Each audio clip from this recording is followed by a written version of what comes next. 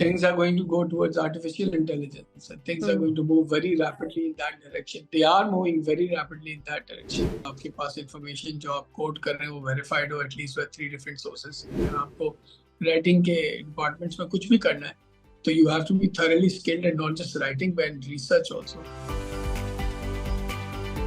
अस्सलाम वालेकुम लिस्टनर्स, आप सुन रहे हैं FM 107 और शो है ये स्टार स्ट्रक में आपके साथ आपकी आरजे माविश खान। और आज हमारे साथ एक बड़ी ही जबरदस्त शख्सियत मौजूद है। कुछ ऐसे लोगों में इनका शुमार होता है जिनसे बात करके ना मैं बड़ी एक्साइटमेंट फील कर रही होती हूँ। मुझे बड़ी एक्साइटमेंट होती है कि चलो वैसे इंटरव्यूज हम करते हैं लेकिन थोड़ा सा कुछ हटके मिल जाए और कोई एक इंटेलिजेंट बंदा साथ हो तो फिर मजा आ जाता है बात करने का। तो मैं वेलकम करूंगी अपने शो में फैसल कपाड़िया साहब को, जो कि पब्लिसिस्ट हैं, कंटेंट क्रिएटर हैं, राइटर हैं। इनसे पूछते हैं इनके बारे में बहुत कुछ आज हमें जानने को मिलेगा। आप लोग हमारे साथ ही रहिए। अस्सलाम वालेकुम and welcome to the show sir. Thank you for the kind introduction. अच्छा सर, ये बताएं कि ये किस तरह से शुरुआत कैसे हुई थी? आपने राइटिंग से आगाज किया था? आपने जी हाँ, राइटिंग से आगाज स्टार्ट किया किया था. था? अच्छा, I used to write for different newspapers, for different portals as well.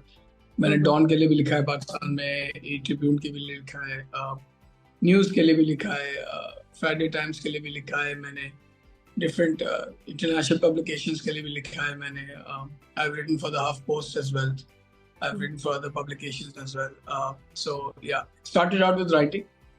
Primarily, I'm a narrative person, so I started out with creating narrative through my writing.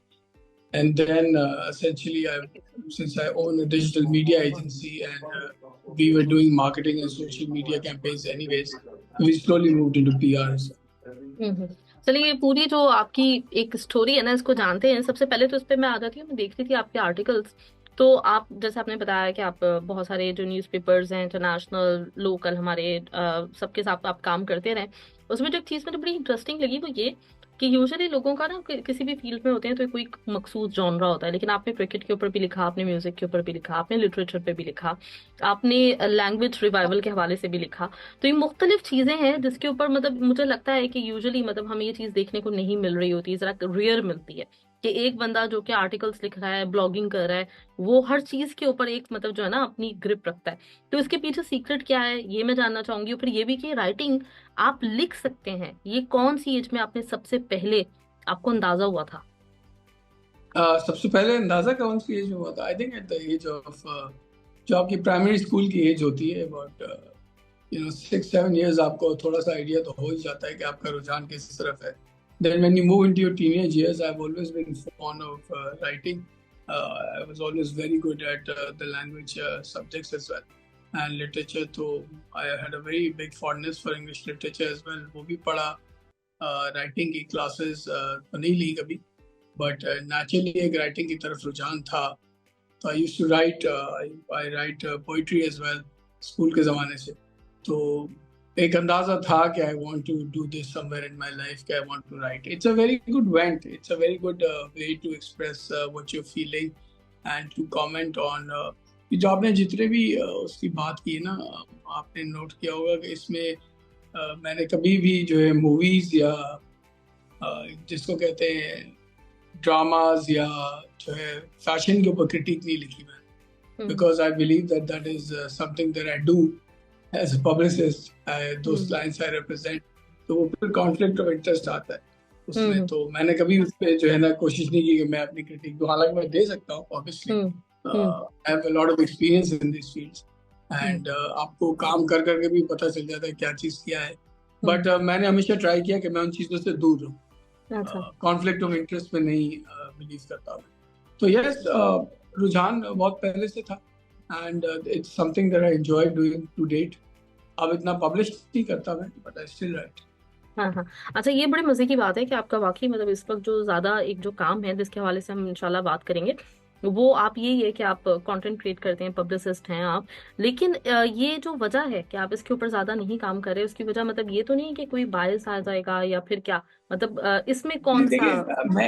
मैं इसके ऊपर लिख नहीं रहा. देखिए, हम पब्लिक रिलेशंस कैंपेन्स करते हैं as an agency. My agency is called mind map.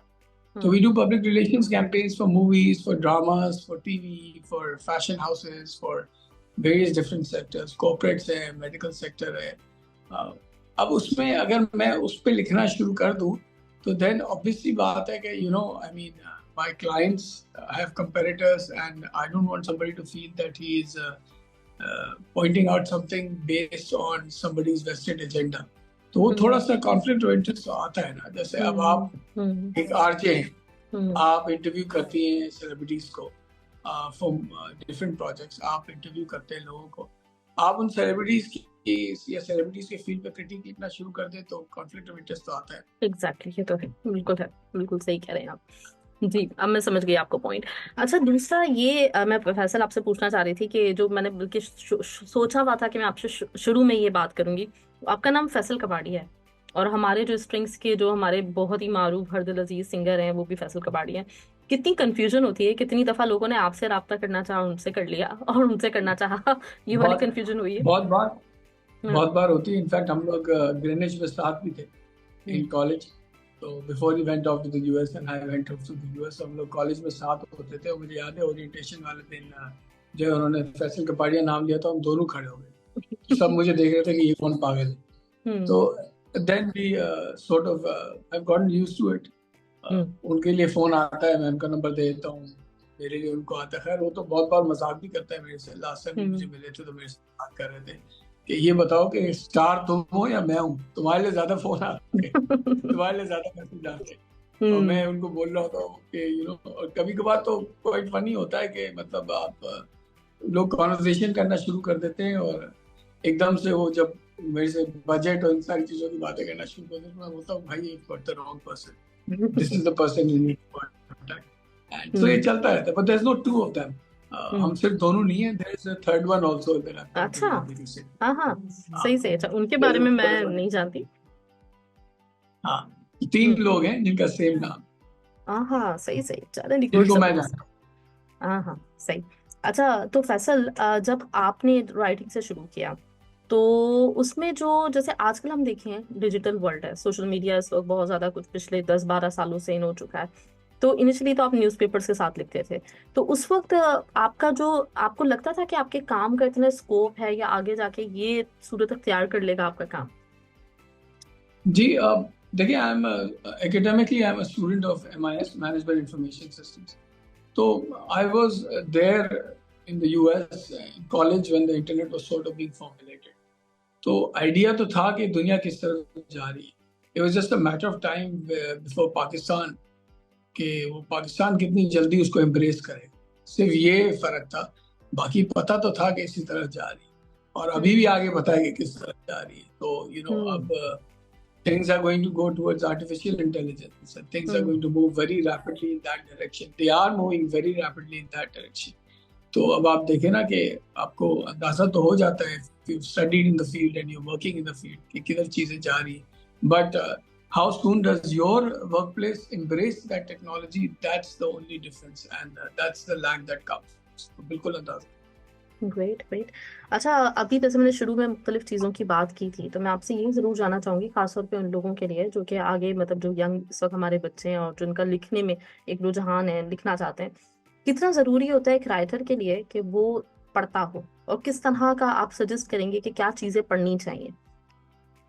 बहुत ज़्यादा ज़रूरी है जी एक राइटर के लिए पढ़ना. इससे ज़्यादा ज़रूरी है कि आपके पास इंफॉर्मेशन जो आप कोट कर रहे हैं वो वेरीफाइड हो, at least with 3 different sources. You must adopt something as a profession. अगर आपको करनी है राइटिंग या अगर आपको राइटिंग के डिपार्टमेंट्स में कुछ भी करना है तो you have to be thoroughly skilled and not just writing but research also. And a lot of, देखिए, writer even if you're writing an opinion editorial, उसमें जो इनपुट्स जाते हैं वो तो आपके एक्सपीरियंसेस से ही आएंगे ना. तो आपके एक्सपीरियंसेस जितने वेल रेड होंगे, जितने वेल रिसर्च्ड होंगे, you are going to produce better output. सही. तो नजर जो आपकी मतलब फ्यूचर पे है, वो वाली नजर जो है आपकी हर जगह पे भी होनी चाहिए, और खासतौर पे पढ़ने के हवाले से. मतलब जिन सब्जेक्ट्स में आप इंटरेस्टेड हैं उसके बारे में तो आप वैसे भी पढ़ते हैं ना. मतलब you read about it, you want to know more about it. Learning की पहली खोज या पहली वो जो है जिसको कहते हैं कि थर्स्ट जो होती है लर्निंग की, वो तो यही होती है ना कि आप सीखना चाहते हैं. तो जब आप सीखना चाहते हैं तो आप रिसर्च करते हैं, आप पढ़ते हैं. अब आप जो है कोई भी काम बगैर उसके बारे में रिसर्च किए हुए, बगैर उसके बारे में पढ़े हुए तो नहीं कर सकते. मतलब इस तरह अंधाधुंध तो आप नहीं कर सकते, बिकॉज फिर जो आप चीज़ प्रोड्यूस करेंगे वो अच्छी नहीं होगी, वो एक मीडियोकर किस्म की चीज होगी तो उसको ना एडिटर पसंद करेगा ना कोई और पढ़ेगा उसको। Exactly.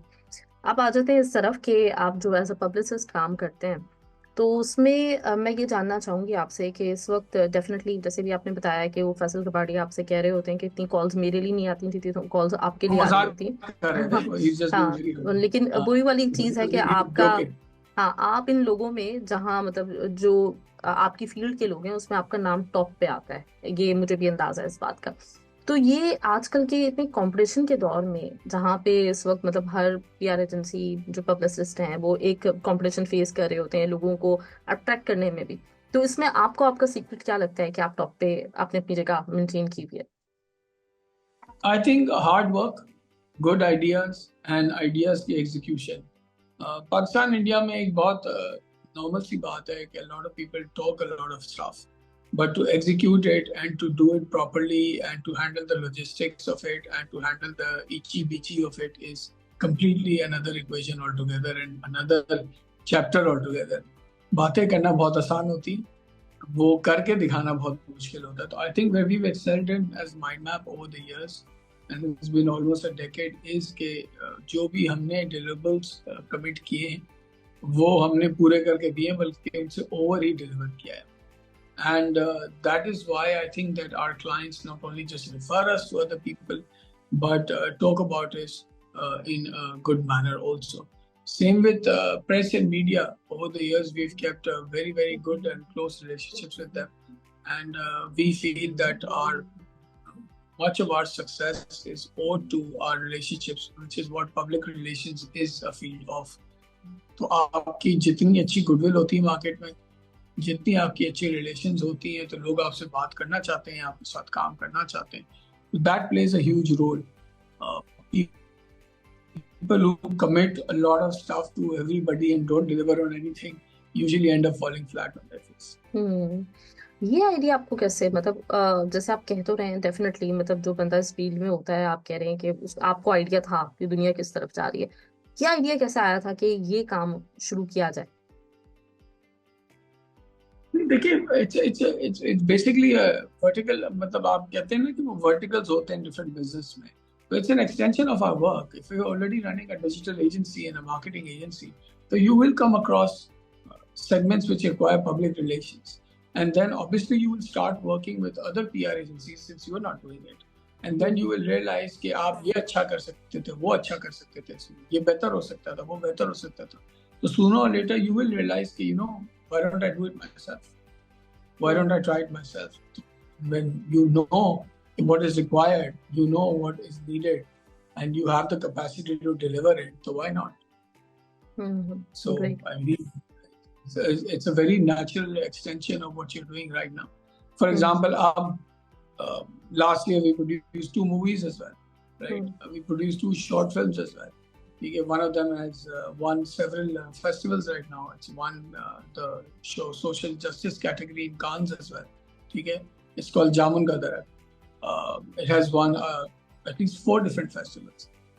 This is also a natural extension of my work. Since I'm doing the PR of movies and I'm doing the PR of dramas and I'm surrounded by production people and I'm surrounded by actors and great artists, you learn from them and you see how things are done, and you also want to create something unique, so you go into that sooner or later. It's not कि आप एक दिन बैठ के सोचते हैं कि हाँ अब मैंने ये कर, but it's just a natural extension of what you're doing. For example, आप रेडियो के साथ काम करती हैं या आप टेक्नोलॉजी के साथ काम करते हैं, तो tomorrow if you get an opportunity to play a part in any technology sector related to this industry, it would be a very natural extension for you to do it. Exactly सही। बीच है आपने horror का जिक्र किया, क्योंकि मेरा अपना personal एक वो है कि मुझे बड़ा मजा आता है कोई चीज हॉरर हो, या फिर अभी अपने मिस्ट्री की भी बात की कि इस तरह की भी एक सीरीज बन रही है या फिल्म बन रही है। फिल्म बन रही है, तो ये एक हमारे अगर देखा जाए पाकिस्तान में, जैसे आपको हॉलीवुड में नजर आता है सबसे बेहतरीन काम, पाकिस्तान में थोड़ा सा मतलब हमें, क्योंकि हमारे पास उतनी शायद मतलब फैसिलिटीज नहीं है, तो इस वजह से थोड़ा हम लोग पीछे ही हैं। तो अभी जो ये काम होगा, तो उससे आपकी कितनी उम्मीदें हैं? आपको क्या लगता है कि पाकिस्तान इंडस्ट्री ये हॉरर मूवी जो प्रोड्यूस करने जा रही है, तो इसमें किस मनवाएगी अपने आप को? आई थिंक अभी अगर आप देखें तो एक इंडोनेशियन हॉरर मूवी सिजिन करके, I don't know if I am pronouncing the name properly, बगैर सबटाइटल्स के आई थी and it did quite good business. तो हम्म बगैर सबटाइटल्स के फॉरेन लैंग्वेज में फिल्म हॉरर की आई and it did good business, तो पाकिस्तानी हॉरर भी चल सकती है। एंड बाय द वे ये रिसोर्सेज का मसला नहीं है हॉरर मूवी बनाने हम्म में, बिकॉज आपकी जो रोमांटिक मूवीज और आपकी जो ये एक्शन थ्रिलर्स भी बनती है, इनके भी रिसोर्सेज होते हैं। इट्स जस्ट अबाउट कि आप स्टोरी कौन सी बयान करना चाहते हैं। And now I feel that people are willing to create and people are willing to experiment with different stories, because मुझे ये लगता है कि अब यंगर फिल्म मेकर्स आ रहे हैं, यंगर प्रोड्यूसर डायरेक्टर्स आ रहे हैं, यंगर जो है जनरेशन आ रही है इस काम में, इवन एक्टर्स भी यंगर आ रहे हैं। तो I think they want to work on some diverse subjects, और उनके व्यू जो है वो थोड़ा सा ज्यादा इंटरनेशनल की तरफ है कि हम भी उनके जैसे कंटेंट पर। सही सही। अच्छा, आपके पास जब भी कोई मतलब इस तरह का प्रोजेक्ट आता है तो आप सबसे ज्यादा जो नोटिस करते हैं जिस चीज को, तो वो क्या होती है? जैसे आप खुद राइटर हैं, तो चाहे वो ड्रामा हो चाहे मूवी हो, सही थोड़ा सा जॉनर चेंज है उसका, लेकिन फिर आपकी की नजर स्टोरी के ऊपर सबसे ज्यादा होती है या फिर आप और चीजों पे जरा ज्यादा फोकस करते हैं? आई थिंक नैरेटिव पॉइंट्स बहुत इंपॉर्टेंट होते हैं किसी भी पीआर कैंपेन करने के लिए। तो सबसे पहले तो आपको डिसाइड करना होता है कि आपको इसके लिए क्या नैरेटिव इन्फोर्स करना है, क्या चीज को एम्बेलिश करना है। देखिए पीआर जो है वो कोई जादू की छड़ी नहीं होती है। हम्म पीआर कोई खराब चीज को अच्छा नहीं बना सकता, हम्म मगर पीआर आपके एग्जिस्टिंग कंटेंट को एस्टैब्लिश कर सकती है, आपके नैरेटिव को एस्टैब्लिश कर सकती है, उसको एम्बेलिश कर सकती है, उसको चमका सकती है, उसको लोगों तक रिसाई पहुंचा सकती है। तो what we need to understand and what we do is कि हम कोई भी कैंपेन आता है तो पहले उसके इंपॉर्टेंट सेलिएंट नैरेटिव पॉइंट्स निकालते हैं कि हमें क्या लगता है कि इसमें किस चीज को दिखाना चाहिए, किस चीज को फोरफ्रंट पे लेने आना चाहिए, और फिर उसके मुताबिक कोलैटरल बनाते हैं और फिर हम उसको प्रोपेगेट करना शुरू करते हैं। ग्रेट, जबरदस्त। आपका इस दौरान मतलब, वैसे तो खैर अपना काम जो है ना, वो सब लोग यही कहते हैं कि हर काम जो है इंसान को अपने बच्चे की तरह लगता है, लेकिन अभी कोई रीसेंट आपका ऐसा काम जिसको आपने खुद बड़ा अप्रिशिएट भी किया हो, पसंद भी किया हो, आपको अच्छा लगा हो? अभी जो लास्ट मूवी हमने की है, इट्स कॉल्ड दगाबाज दिल, हम्म महविश हयात की। जी। उसमें हमें सिर्फ और सिर्फ बिकॉज महविश की डेट्स नहीं थी, शी वाज वेरी बिजी, हमें सिर्फ 5 या 6 दिन मिले हैं उसकी प्रमोशन के लिए, और उसका रिजल्ट जो है बहुत अच्छा है। हम्म मूवी की बहुत अच्छी सेल हो रही है, it's gaining popularity every single day. I think पहले 3-4 दिन में 18 करोड़ की या समथिंग की सेल हुई है। बिल्कुल आई एम नॉट बिल्कुल। check on the numbers, but I felt कि in a short span of time 5-6 दिन की जो है वो पीआर के बावजूद इतना अच्छा रिजल्ट लाना जो है इट्स एन अचीवमेंट। तो I really enjoyed that campaign. देखिए कोई भी चीज चैलेंजिंग होती है ना तो इंसान एंजॉय करता है। हम्म सही। अच्छा, वैसे आइडियल मतलब जैसे अभी आपने बात की ना 5-6 दिन, लेकिन आइडियल एक ड्यूरेशन क्या होनी चाहिए मतलब किसी भी चीज को प्रमोट करने के लिए, कि जिसमें जो है वो चीज डिपेंड अच्छी तरीके डिपेंड से हो? करता है, डिपेंड करता है क्या चीज हो। हम्म ये भी तो डिपेंड करता है ना कि वो है क्या, प्रोडक्ट क्या है। Hmm every product has different requirements, every product has different needs. तो आई वुड से अगर आप मेरे से पूछेंगे कि आप बताएंगे प्रोडक्ट क्या है, तो I can give you an idea. सही। अच्छा, जो चीज एक हम सब सुनते भी आए हैं और मतलब मुझे ऐसा थोड़ा सा फील भी होता है कि अगर हम अपनी निस्बत से ना मतलब हम देखें, इंडिया को देखें, तो मुझे ऐसा लगता है कि उनकी मार्केटिंग और प्रमोशन जरा हम लोगों से काफी एडवांस है, मतलब बेहतर है। और वो लोग चीजों बिल्कुल। को प्रमोट, है ना, चीजों को प्रमोट करने में जो है ना वो लोग इंटरेस्ट भी बहुत ज्यादा शो करते हैं। आपको ऐसा लगता है फैसल कि हमारे यहाँ बहुत अच्छा बाजूकात काम होता है लेकिन उसकी प्रमोशन के ऊपर उस तरह से काम नहीं किया जाता? जैसे मैं इंटरव्यूज करती हूँ, पिछले कुछ 4-5 साल हो गए हैं जिसमें मैं इंटरव्यूज कर रही हूँ, इंडिया से भी कर रही हूँ, पाकिस्तान से भी कर रही हूँ। तो एक गिला मुझे हमेशा रहता है कि अगर हम अपने किसी आर्टिस्ट से टाइम मांगते हैं ना, तो हमें बड़ी मुश्किल से मिलता है। जबकि अगर हम इंडिया में देखें तो जिसको भी आप एक्सेस करना चाहें तो वो आपको ना नहीं करता, वो आपको टाइम दे देता है। तो आपको लगता है कि हमें थोड़ा मतलब ये इस चीज के ऊपर ध्यान देना चाहिए, इंटरव्यूज प्रमोशंस के डेफिनेटली ऊपर? जी, इंडिया की मार्केट बहुत ज्यादा प्रोफेशनल है हमारी मार्केट के मुकाबले में। इसमें तो कोई दो राय है ही नहीं कि इंडिया की मार्केट बहुत बड़ी है, बहुत प्रोफेशनल है। फिर आप ये भी तो देखिए ना कि आप इंडियन कोई भी आर्टिस्ट लेते हैं तो उसके साथ एक टीम ऑफ पीपल काम कर रहा है। हम्म पाकिस्तान में आर्टिस्ट बहुत बार, I mean I am just saying that unless कोई बहुत बड़ा आर्टिस्ट हो पाकिस्तानी, उसके साथ बहुत ज्यादा कोई लोग काम नहीं कर रहे होते इन टीम। वो अकेला ही या एक आध मैनेजर के साथ ही वो सब कुछ मैनेज कर रहा होता है। तो हम्म उसमें बहुत सी चीजें डेफिनेटली रह जाती हैं, बहुत सी चीजें जो है वो थ्रू द क्रैक्स स्लिप भी हो जाती हैं। मिस्टेक्स भी हो जाती हैं, टाइम देके भूल भी जाते हैं, because at the end of the day it's also dependent on A how professional the market is also. अब आप ये भी देखें, फॉर एग्जाम्पल आप एक आर्टिस्ट, चले आपकी मिसाल ले लेते हैं, आप आरजे महविश एक आर्टिस्ट हैं जिसको मैं रिप्रेजेंट कर रहा हूँ। अब आपने आपसे मेरे से कांटेक्ट किया, 3 डिफरेंट पब्लिकेशंस ने कि आरजे महविश का इंटरव्यू लेना है। आरजे महविश के हमने डेट चेक किए, हमने देखा कि जो है वो अवेलेबल है, हमने उनकी अवेलेबिलिटी दे दी। एकदम से उनकी शूटिंग के डेट्स जो है ना वो चेंज हो गए, एकदम से उनकी ड्रामा के डेट्स कैंसिल हो गए और नए डेट्स अलॉट कर दिए गए जो इन दिनों पे। अब आप क्या करेंगे? तो it's the environment also, it's not just the artist and their professionalism. Definitely बहुत उसमें भी फर्क है, मैं इसमें कोई कबात नहीं है कहने में, मगर it depends on the environment also that the artist is working. क्योंकि कांस्टेंट चीजें पाकिस्तान में इन्फ्लक्स होती है, इतनी कोई हैवी ड्यूटी प्लानिंग या उससे नहीं होता कि नहीं मतलब हम डेट्स कभी कैंसिल नहीं कर सकते। यहाँ पे तो रूटीन की बात है कि मतलब डेट्स कैंसिल हो जाती हैं, डेट्स चेंज हो जाती हैं। मूवीज में कम होता है मगर ड्रामास में तो बहुत होता है। तो वो भी तो आर्टिस्ट फेस कर रहा होता है ना, वो क्या करे, वो किस तरह मतलब हैंडल करे, तो बहुत बार फंस भी जाते हैं, ये भी बहुत। हाँ, लेकिन मुझे ऐसा मतलब मैं हमेशा कहती हूँ, हाँ बिल्कुल सही कह रहे हैं, मुझे बस ऐसा लगता है बिल्कुल है, बिल्कुल है, आपको कंपेयर करना भी नहीं चाहिए। हाँ नहीं, वो तो नहीं करना चाहिए, लेकिन मैं बस ये एक्सपेक्ट करती हूँ कि हमारी बड़ी मतलब मैं अपनी पर्सनल बात करूँ तो मैं यहाँ पे ड्रामा रिव्यू भी करती हूँ हर थर्सडे को ना, और मेरी बड़ी कोशिश होती है कि अपना, जाहिर सी बात है आप जहाँ से होते हो ना, तो आप कुछ भी कर लो, कहीं से भी आप लोगों से बात कर रहे हो, लेकिन वहाँ के लोगों से एक अपनाइए तो एक लगाओ। और फिर अपनी मूवी जब यहाँ लगती है तो हमें देख के बहुत अच्छा लगता है, अपने ड्रामे को हम प्रमोट करना चाहते हैं।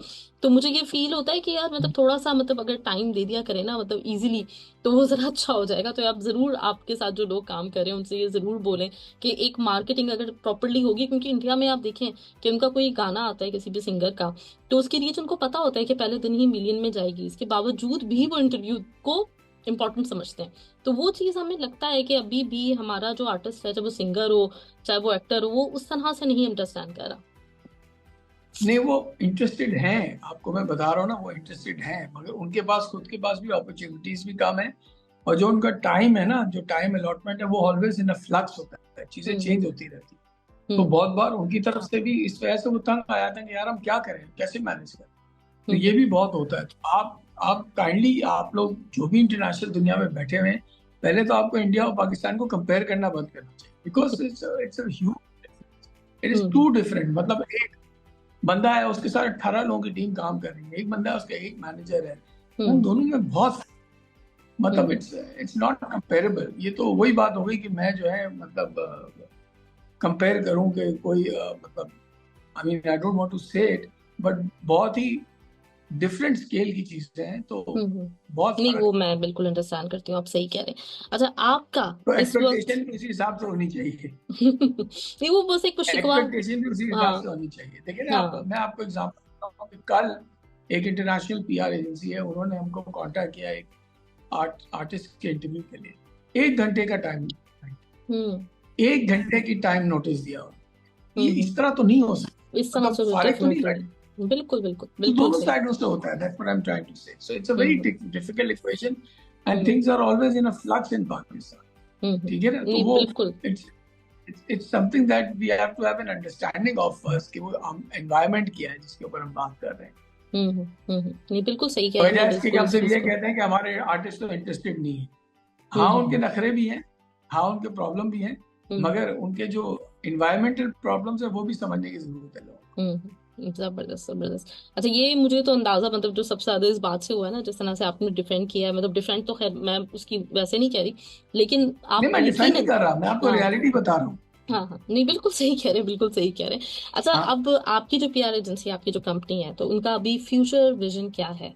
आप किस तरह से आने वाले सालों में, जिस तरह से आप बता रहे हैं कि आपकी इसके ऊपर भी नजर है कि इस वक्त एआई की तरफ दुनिया बढ़ रही है, उसको लेके लोगों में काफी ज्यादा मतलब जो है वो परेशानियां भी हैं, लोग समझ रहे हैं कि आने वाले वक्तों में बहुत चैलेंजेस होंगे, लेकिन इसमें कहीं आप, क्योंकि आप कह रहे हैं आपकी नजर है, तो इसमें कहीं आप पॉजिटिव चीजें और कुछ ऐसी चीजें देख रहे हैं जो कि मार्केट के लिए फायदेमंद होंगी? आई थिंक डेफिनेटली जब भी नए टूल्स आते हैं मार्केट में, तो उसकी यूटिलाइजेशन और उसकी एफिशिएंट यूजेज को जो है उसको स्टडी करना चाहिए, उस पर रिसर्च करना चाहिए। उनको अपने काम में इनकॉर्पोरेट करने की ट्राई करनी चाहिए। तो वो तो डेफिनेटली हमारा फ्यूचर में विजन ये है। मगर यहाँ आप देखें, प्रॉब्लम ये है कि एआई भी जो आया है, एआई मतलब लोग कह रहे हैं कि उससे you can get scripts written and you can get screenplays written. आप ट्राई करके देख लें। आप पेड चैट GPT-5 या कोई भी चीज ले लें, and you can buy subscription for it and try it. It will write it for you, but it will not give you the human context. वो जो ह्यूमन और कल्चरल कॉन्टेक्स्ट है वो नहीं आएगा। तो I think that the future will hold the usages of these tools plus it's amalgamation with the old techniques. Young जो bloggers हैं, जो ब्लॉगिंग करना चाहते हैं, लिखना चाहते हैं, उनके लिए भी मैं चाहूंगी कि आप एडवाइस करें कि कौन कौन सी चीजें, जैसे वो तो बात तो हो गई थी कि पढ़ना पड़ेगा। जो यंग लोग हैं जो लिखना चाहते हैं, अगर आप फैक्ट बेस्ड आर्टिकल्स लिखना चाहते हैं तो आप पहले रिसर्च के तरीके सीखें। It's everything is available online. आप जाके कोर्सेरा पे कोर्सेज भी ले सकते हैं, जर्नलिज्म के पढ़ भी सकते हैं। अगर आप क्रिएटिव राइटिंग करना चाहते हैं तो उसके भी एथिक्स होते हैं, वो पहले सीखें, उसके कुछ एग्जाम्पल्स लेके पढ़ें, और फिर आपके पास पूरी दुनिया के ऑनलाइन टूल्स अवेलेबल हैं, आप उस पर लिख सकते हैं। आप अपने वर्डप्रेस पे ब्लॉग्स पहले भी बना सकते थे, अब तो और भी डिफरेंट ब्लॉगिंग प्लेटफॉर्म्स आ गए हैं जिसपे आप लिख भी सकते हैं, आप दुनिया को अपनी राइटिंग दिखा भी सकते हैं। अब तो पूरी पूरी राइटिंग की कम्युनिटीज बन गई। तो आप बिल्कुल लिखें। एंड मैं यही कहना चाहूँगा कि आपको ड्रीम करने से नहीं डरना चाहिए, बिकॉज हम लोग ऑफन जो है ना अपनी, specially in my country I would say, कि बहुत ऑफन ये होता है कि लोग जो है वो थोड़े से अपने कार्ड्स जो है अपने चेस्ट के साथ रखते हैं, वो दिखाना नहीं चाहते लोगों को, या ख्वाब नहीं देखना चाहते कि कभी होगा नहीं, कभी हम कर नहीं सकेंगे। तो मैं ये कहना चाहता हूँ कि मेहनत ज़रूर होती है हर काम में, मेहनत करनी पड़ती है, और मेहनत के बगैर कुछ अचीव नहीं होता। बट ड्रीम करने में कोई हर्ज नहीं है, उसके पीछे फिर ड्रीम करें तो फिर मेहनत करें और उसको अचीव करें, और अपना और अपने मुल्क का नाम रोशन करें। It's very necessary. मैंने देखा था आपकी जो वेबसाइट है उस पे एक कोट मुझे अच्छा लगा, you only live once, make the most of it. तो इसके ऊपर आपका मतलब मुकम्मल बिलीव है। That's why I'm saying ना कि मतलब आपको एक ही बार जिंदगी मिली है, जो करना है आपने इसी में करना है, तो कर लें, रुके नहीं। बिकॉज अगर आप आसमान का ख्वाब देखेंगे तो शायद आप 7th फ्लोर तक पहुंचेंगे। बिल्कुल। अच्छा, आप की कामयाबी के पीछे आप किसको समझते हैं? एक तो ये भी मैंने आपसे सवाल नहीं किया, मुझे करना चाहिए था शुरू में। आपकी इंस्पिरेशन कौन थी? क्योंकि जिस वक्त में आपने इस करियर को अपनाया है, मुझे लगता है कि शायद ही इस वक्त आप बड़े लोगों की इंस्पिरेशन है। आपकी इंस्पिरेशन कौन रही? और साथ में ये कि आपकी कामयाबी के अगर किसी को क्रेडिट देना हो तो दुनिया में कौन सा शख्स होगा जिसको आप ये क्रेडिट देना चाहेंगे? देखें, एक तो फॉर एग्जांपल अगर मैं क्रेडिट देना चाहूँ इसका, तो मेरी पार्टनर है आमना कमाल, जो माइंड मैप कम्युनिकेशंस का दूसरा हिस्सा है। हम ऑफन जोकिंगली कहते हैं she is the mind in mind map and I am the map. तो उनको मैं बहुत क्रेडिट देना चाहूँगा, because she was somebody who believed in me from the start. And because उस जमाने में मैं जो बातें कहता था लोग कहते थे पागल हो गया। तो मतलब she was somebody who came from the communication sector. She is somebody who had studied communications, and she believed in a person who appeared to be crazy to form an agency and to build something that I think is an achievement. इसके अलावा मैं inspire किससे हुआ हूँ? I think मेरे father started out as a typist. So he was a self-made man. Then he opened his own import business, and he has a long successful journey and story. माशाल्लाह अभी भी हयात है। तो I think that he is my inspiration. उन्होंने हमेशा मुझे दो चीज़ें सिखाई हैं, and he is a Gujarati Memon. तो दो चीज़ें उन्होंने मुझे सिखाई हैं कि एक तो अपनी ज़बान से कभी नहीं हटना। जो चीज़ आपने बोली है एक बार आपने कर दी तो आपने ज़बान से नहीं हटना, चाहे कुछ भी हो जाए, नुकसान भी हो जाए, कुछ भी हो जाए। एक ये, पर एक डिसऑनेस्टी नहीं करना अपने काम से, किसी को नुकसान नहीं पहुंचाना, फायदा जरूर पहुंचाना, नुकसान नहीं पहुंचाना। And another thing which you often used to tell me कि इससे कुछ फर्क नहीं पड़ता कि तुम पैसे कितने कमाते हो, ये फर्क पड़ता है कि तुम चूल्हे कितने जलाते हो। Point, great. So these are things that you know have inspired me, and I've tried my level best to live up to his inspiration and to his, उनकी work ethic तो मैं नहीं मैच कर सकता, but I've tried to be as honest as possible to people in हालांकि हमारा field कभी बार झूठ पे मबनी होता है, बट rather than झूठ मैं पीछे हट जाता हूँ, मैं कुछ बोलता ही। जबरदस्त, ग्रेट। ये बड़ी जबरदस्त आपने बातें शेयर की। अच्छा, गुजराती जो है ना, मैं जरूर चाहूंगी कि कोई एक जुमला, क्योंकि इतनी स्वीट लैंग्वेज है, तो कुछ हमारे लोगों को अच्छा, जो है I ना। cannot I cannot speak Gujarati, अच्छा, unfortunately. Okay I okay. can speak mainly. I hmm. cannot speak Gujarati because that is something that unfortunately I never learned. I can understand it. So I know Kem Cho, Mota Bhai, all of these kind of things. I can understand that. Hmm. And I can understand the language also when it's spoken, but I cannot speak it, unfortunately. मुझे सही नहीं आती बोलनी। सही सही, चले कोई नहीं। लेकिन ये कि मैं जितने भी लोग हमें देख रहे हैं और जो आना चाहते हैं इस फील्ड में, तो मैं उनको यही कहना चाहूंगी। भी आपने एक बात की कि लोग आपको कहा करते थे कि क्या पागल हो गए हो, तो अमूमन जो जो जिन लोगों को ये कहा जाता है ना कि क्या पागल हो गए हो या पागल हो, वही लोग दुनिया में रेवोल्यूशन लेकर आ रहे होते हैं। तो आपका किसी भी चीज के लिए इतना ज्यादा क्रेजी होना, इतना पैशन होना बड़ा जरूरी है अगर आप चाहते हैं कि सक्सेस हासिल कर सकें। अच्छा, जाते जाते बस एक सवाल मैं करना चाहूंगी आपसे कि पीआर में कितना स्कोप है, अगर लोग इसको परस्यू करना चाहते हैं, तो उसके लिए भी आप थोड़ा सा लोगों को आइडिया दे बहुत दें। स्कोप है। नहीं, बहुत स्कोप है, बट आई वुड से कि आप पहले इसके बारे में एजुकेशन हासिल करें मीडिया साइंसेज से। अगर आप पाकिस्तान में हैं तो मीडिया साइंसेज डिपार्टमेंट में सोशल मीडिया मार्केटिंग वगैरह सब पढ़ाया जाता है। तो बेस्ड डिसिप्लिन हैं अब जो पढ़ाए जाते हैं, उनको पहले आप हासिल करें। उसके बाद आई वुड से कि आप किसी एजेंसी में इंटर्नशिप करें, रियल लाइफ पीआर के एनवायरनमेंट में काम करें before you start to go into this, because it's a field which is based on a lot of pressure. बहुत प्रेशर होता है इस फील्ड में, और आपको पहले ये जज करना जरूरी है कि आप ये प्रेशर हैंडल कर सकेंगे या नहीं कर सकेंगे before coming into this field. तो आई वुड से कि आप रियल लाइफ एनवायरनमेंट में एक बार काम करके देखें, एंड उसके बाद फिर आप जो भी अपॉर्चुनिटी आपको समझ में आती है आप उसको रियलाइज करें। जबरदस्त। फैसल, बहुत बहुत शुक्रिया आपका। आपसे बात करके मुझे बड़ा अच्छा लगा। जैसे मैंने कहा कि यूजुअली हमारे ना सिंगर्स एक्टर बेस्ड इंटरव्यूज होते हैं, तो जब कोई डिफरेंट इंटरव्यू करने का मौका मिलता है ना, तो मेरे लिए वो एक लर्निंग प्रोसेस होता है। मुझे वो मतलब इंटरव्यू से ज्यादा ये लगता है कि मैं कुछ सीख सकूंगी। तभी मैंने आपसे कुछ सवाल ऐसे किए हैं जिसपे शायद आप सोच भी रहे हो कि इन सवालों की क्या तुक बनती थी, लेकिन चूंकि मुझे नहीं पता था नहीं तो मैं नहीं, इसलिए। सारे सवालों की तो बन गई, ऐसी बात नहीं है। Thank you, you are very kind कि आपने इतना वक्त निकाला एंड नहीं सो नहीं, काइंड इन आपका माय बहुत बहुत इंट्रोडक्शन। शुक्रिया। मुझे आपसे बात करके बहुत अच्छा लगा, सीखने को मिला बहुत कुछ। सबसे इम्पोर्टेंट जो चीज़ मेरे लिए होती है कि मैंने आपसे कुछ बहुत सारी नई चीज़ें सीखी हैं, तो इसके लिए बहुत बहुत शुक्रिया। और मैं एक्सपेक्ट करती हूँ कि ये आज हमारी फर्स्ट टाइम इस तरह से बातचीत हुई है, लेकिन ये लास्ट टाइम नहीं होगी। हम लोग इसी तरह से बात करते रहेंगे और हमारा ये सिलसिला इसी तरह चलता रहेगा। जी बिल्कुल, थैंक यू सो मच।